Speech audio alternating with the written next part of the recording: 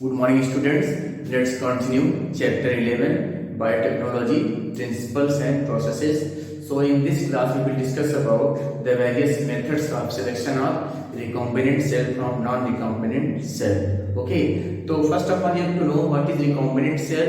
The cell which contains recombinant DNA is known as recombinant cell. And what is non-recombinant cell? The cell that do not contains the recombinant DNA known as non-recombinant cell.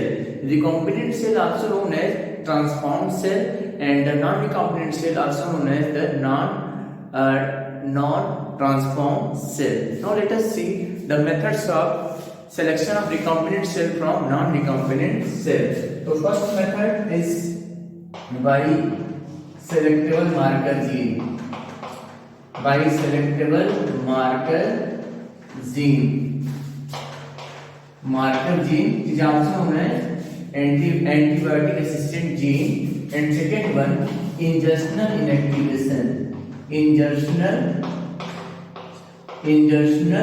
inactivation. So in the previous class we have discussed about the first one, that is by selectable marker gene, that is also known as antibiotic assistant gene. It is extant in the PBR322 vector. Now in this class we will discuss about the second one, insertional inactivation. Okay, so first of all, what is insertional inactivation? The process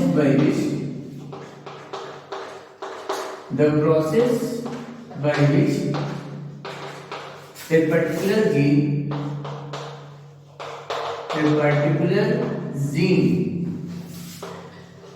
become inactivated due to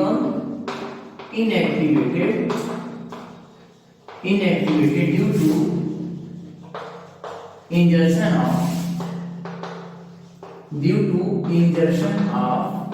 or you can say introduction of foreign gene or recombinant gene, due to insertion of gene of interest, or you can say foreign gene or recombinant gene, is called insertional inactivation. Is called insertional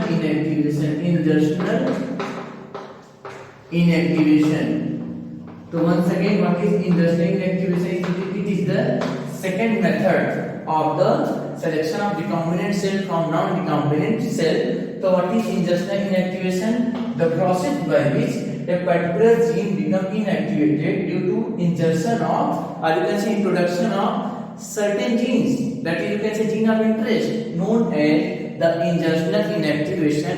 In the previous method is very you can see cumbersome or very complicated method, because this method requires a number of petri plates, a number of culture media. But by this method it is easily, and by this method we can easily find out recombinant cell from non-recombinant cell. Now let us see how this method applied for the selection of recombinant cell from non-recombinant cell. So again we will take a particular vector, and this vector contains the gene and the origin of replication site. Okay, so this vector is also known as the PUC vector. Okay, it has the two genes, and there is the gene is ALPR, that means ampicillin assistant gene. Okay, and this gene is LAC-Z. This LAC-Z, in the glycoprotein codes for an enzyme that is known as beta-galactosidase, and there is ORI site, that means origin of replication site. This gene is responsible for synthesis of an enzyme known as beta-galactosidase. And this enzyme is responsible for conversion of a particular substrate into particular product. Initially the substrate is white in color, but when this enzyme is present, it changes to blue. Okay. Initially the substrate present in the culture medium is white in color, but when this enzyme works, this substrate change into product, and the product is blue in color. Okay, so let us see how this method is used? When gene of interest is introduced into the lag Z region of the lag Z region. This is the gene of interest now. Gene of interest, or you can say foreign DNA.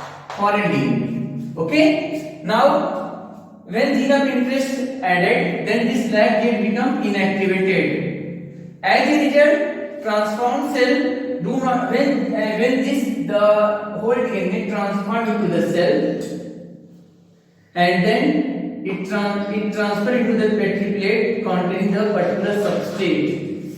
There are two cells. In the first case, in this Petri plate, the non-transformed cell transferred. Okay, and in the second one, transformed cell transferred. Okay, so in the previous one, when there is no gene of interest, the gene is active. That means this substrate, white substrate, change into blue color. That means when non-transformed cell transfer into the medium that contains the substrate will not change into blue color, because the substrate change into, you can say, blue color, because the gene is active and the substrate change into product. In case of non-transformed cell, because the gene is active, Z gene is active, and enzyme works. As a result, the substrate change into product.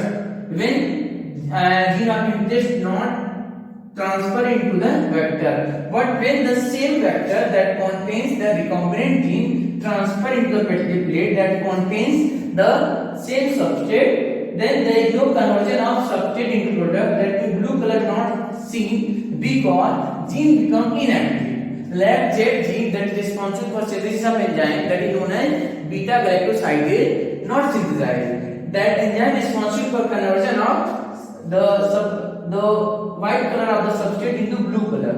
So when the gene of interest transfer into the vector, gene become inactive. As a result, there is no conversion of white substrate into the blue product.